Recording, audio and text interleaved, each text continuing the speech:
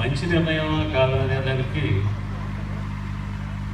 Reserve bank గవర్నర్లుగా పనిచేసిన YV Reddy గారు, మన డివి సుబ్బారావు గారు వారు చెప్పిన విషయాలు పేపర్లో వచ్చి ఖచ్చితంగా మీరు కూడా చూసుంటారు. ఇది మంచి నిర్ణయమే వారి అభిప్రాయం, మా అభిప్రాయం. సిఏ ఇన్స్టిట్యూట్ మా ప్రెసిడెంట్ 2,57,000 మంది సీఏలు ఉన్నాం, 8,50,000 మంది స్టూడెంట్స్ ఉన్నారు. అంటే మేము కూడా ఒక 10 లక్షల మంది సైన్యం. ఈ కాజ్ మంచిగా నిర్ణయం చేశారు ప్రధానమంత్రి. మనం తప్పనిసరిగా ఇన్స్టిట్యూట్ దీన్ని సపోర్ట్ చేయాలి. మీరు ఎక్కడ అవకాశం వచ్చినా పబ్లిక్లో మీకు తెలిసిన మంచి విషయాలు చెప్పండి అని మాకు పిలిపించారు. ఆయన కేంద్ర మంత్రి ప్రధానమంత్రి గారు మోడీ గారు ఇది సడన్గా చేసిన నిర్ణయం అని కొంతమంది అనుకుంటారు. ఆయన మొదటి క్యాబినెట్ మీటింగ్లోనే ఆ నల్లధనం గురించి స్పెషల్ ఇన్వెస్టిగేషన్ టీం దగ్గర నుంచి 2015లో విదేశాల్లో ఉన్న నల్లధనం మన దేశస్తులు విదేశాల్లో దాచుకున్న దాన్ని ఇక్కడ డిక్లేర్ చేసే విధానం, 2016 జూన్ నుంచి 30 వరకు ఇక్కడ దాచుకున్న నల్లధనం డిక్లేర్ చేసే అవకాశం. అలా ఆయన మెథాడికల్గా ఒక 5-6 స్టెప్స్గా హింట్స్ ఇస్తూనే ఉన్నారు. ముందుకు వచ్చి మీరు ఆ 45% ట్యాక్స్ కట్టి డిక్లేర్ చేసుకుని దేశ అభివృద్ధికి ఉపయోగపడించుకోండి, మీ మనశ్శాంతి కూడా ఉంటుందని చెప్పి మే 23లో మే నెల 2015 23 మే ఇవాళ వస్తుంది. మన్ కీ బాత్లో కూడా ఆయన ఇండికేషన్ ఇచ్చారు. ఆయన సందర్భం వచ్చినప్పుడల్లా నల్లధనం మీద చర్యలు తీసుకుంటాననే మాట చెప్తున్నారు. ఆయన సడన్గా చేసిన నిర్ణయం కాదు, ఆయన చాలా ఆలోచించి చేసిన నిర్ణయం అనేది ఆర్థికవేత్తల అందరి అభిప్రాయం. ఇది మంచి చేస్తుందా అంటే ఖచ్చితంగా మంచి చేస్తుంది. చివరిలో 2 నిమిషాల్లో తెలుగులో మీ అందరికీ చెప్తాను. ఇప్పుడు కూడా మిగతాది మనకి ఆయన ఇచ్చిన స్కీమ్ ఏంటి, 50 రోజులు 8 నవంబర్ రాత్రి 8 గంటలకు అనౌన్స్ చేశారు ఆయన. 10 నవంబర్ నుంచి 30 డిసెంబర్ ఈ 50 రోజుల్లో మీరు బ్యాంకులో 2,50,000 వరకు జమ చేస్తే దాని గురించి వివరాలు అడగమన్నారు. ప్రజెంట్గా ఇన్కమ్ ట్యాక్స్ చెల్లించే వాళ్ళందరూ కూడా సంవత్సరానికి 2,50,000 నుంచి వ్యవసాయ ఆదాయం కాకుండా జీతాలు, అద్దెలు, వ్యాపారాలు, మూలధన లాభాలు, బ్యాంక్ వడ్డీలు అలాంటి ఆదాయాలు వ్యవసాయం కాకుండా మిగిలిన ఆదాయాలు సంవత్సరానికి 2,50,000 మించితే ఆదాయం పన్ను కట్టాలి. కానీ మన దేశంలో 125 కోట్ల జనాభాలో గట్టిగా 3 కోట్ల మందే రిటర్న్లు వేస్తున్నారు, 1 కోటి మందే ట్యాక్స్ కడుతున్నారు. అంటే చాలామంది కట్టాల్సిన వాళ్ళం బయట ఉండిపోయారు. దానికి వ్యవస్థాగతంగా ఎన్నో కారణాలు ఉండొచ్చు. ఆయన ఈ 50 రోజుల్లో 2,50,000 కడితే నేను అడగన్నాను. సంవత్సరానికి 2,50,000 వస్తేనే ట్యాక్స్ కట్టాలి. 50 రోజులు బ్యాంకులో జమ కట్టాలని అడగమంటే చాలా రీజనబుల్గా ఇచ్చారు ఆయన అవకాశం. ఇంకా మధ్యలో కొంతమంది బంగారం గురించి హడావిడి చేశారు మహిళామణులకి. 1974లోనే ఇన్కమ్ ట్యాక్స్ డిపార్ట్మెంట్ వారు ఒక సర్క్యులర్ ఇచ్చారు. దానిలో ఏమన్నారంటే సంపద పన్ను చెల్లించిన వారు, అసలు ఆదాయం పన్ను చెల్లించేవారే 1 కోటి మంది ఉన్నారు. సంపద పన్ను గట్టిగా 1,00,000 మంది కూడా లేదు. అసలు ఆ సంపద పన్ను ఇప్పుడు తీసేశారు. అలాంటి వాళ్ళకి ఇంట్లో పెళ్ళైన మహిళ 500 గ్రాములు, పెళ్ళి కానీ అమ్మాయి 250 గ్రాములు, మగవాడికి 100 గ్రాములు. ఒక భార్యాభర్త ఒక కొడుకు కూతురు ఉన్న కుటుంబంలో 500 గ్రాములు, 250 గ్రాములు, 200 విడిగా అంటే 950 గ్రాములు. అంటే 50 కేజీలు, 50 గ్రాములు తక్కువ కిలో బంగారం ఉన్నాడు, పన్ను కట్టాలా అవసరం లేదా? ఆయన పేదవాడు కాదు కదా. ఆ పైతానికి లెక్క చెప్పమన్నారు. ఆయన లెక్క చెప్పాం. మా అమ్మమ్మ గారు ఇచ్చారు, పెళ్లి టైంలో మా నాయనమ్మ ఇచ్చారు, మా అమ్మ ఇచ్చిందో అప్పిచ్చిందో ఆధారాలతో సహా చెప్తే దానికి కూడా లేదు. చాలా రీజన్గానే ఆయన ఇచ్చిన డెసిషన్ గవర్నమెంట్.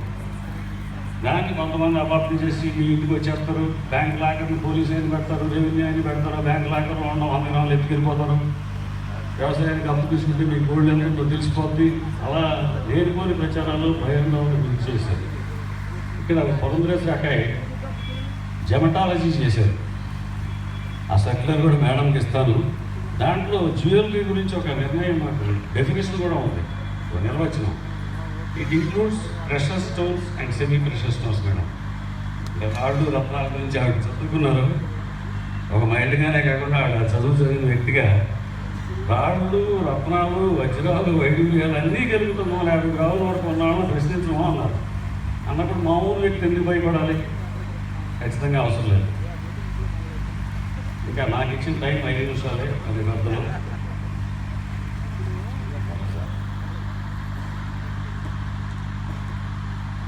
మొదటగా మనం చూస్తే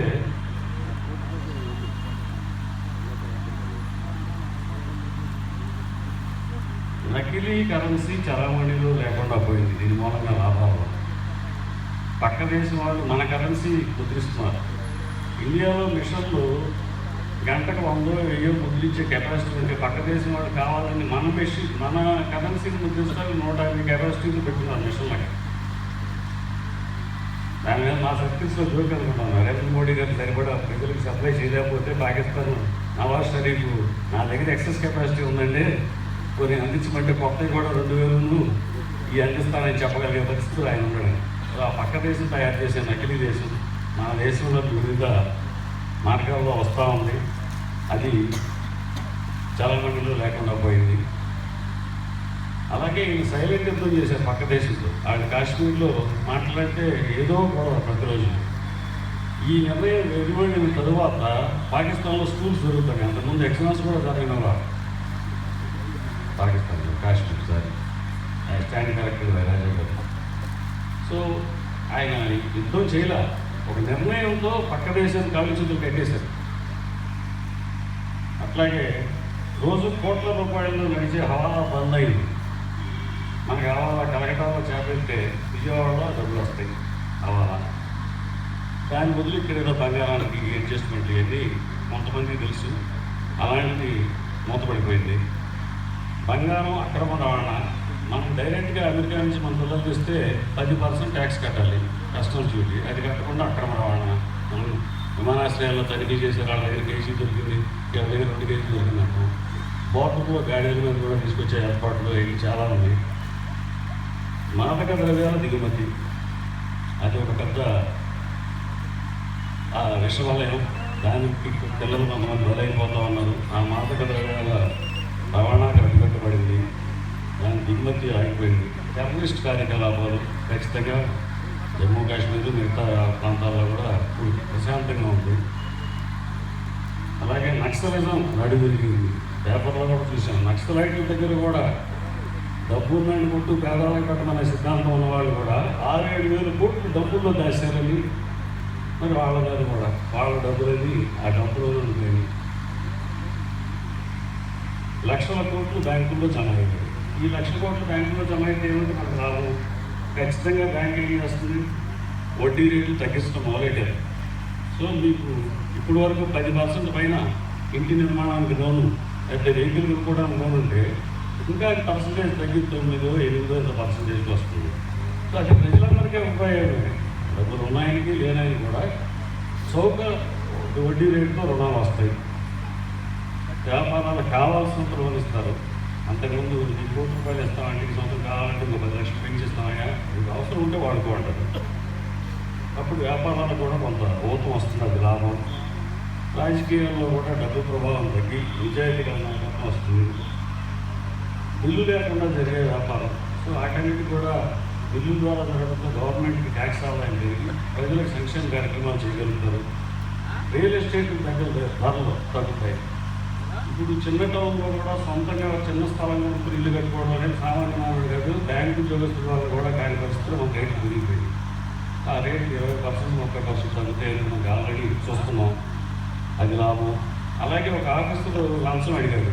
లంచం ఇవ్వడానికి మన చేతిలో క్యాష్ లేదుగా, ఇక మీద చాలా తక్కువ క్యాష్ ఉంటుంది. సో ఎలా ఇవ్వమంటావు, నీ బ్యాంక్ అకౌంట్ పంపిస్తున్నా, నా బ్యాంక్ అకౌంట్ నుంచి చెప్పి అలా విరిగిపోతుంది వాళ్ళకి, ఏసీబీకి సిబిఐకి. సో లంచమంటానికి ఖచ్చితంగా తగ్గుతుంది, దాదాపుగా నిర్మూలించగలుగుతారు. పారదర్శక పరిపాలనలో ట్రాన్స్పరెన్సీ, విదేశీ పెట్టుబడి పెరుగుతాయి. ఇలా ఎన్నో లాభాలు ఉన్నాయనేది నేను మీకు సవినయంగా తెలియపరుచుకుంటున్నాను. మేడం గారికి నా జ్యువెలరీ డెఫినేషన్ పేపర్స్ కూడా ఇస్తాను. థ్యాంక్ యూ, నాకు అవకాశం ఇచ్చినందుకు. Thank you sir. అక్కడ వివరంగా సబ్జెక్ట్ చెప్పినందుకు ధన్యవాదాలు. ఇప్పుడు ఒక ముఖ్య అతిథి మా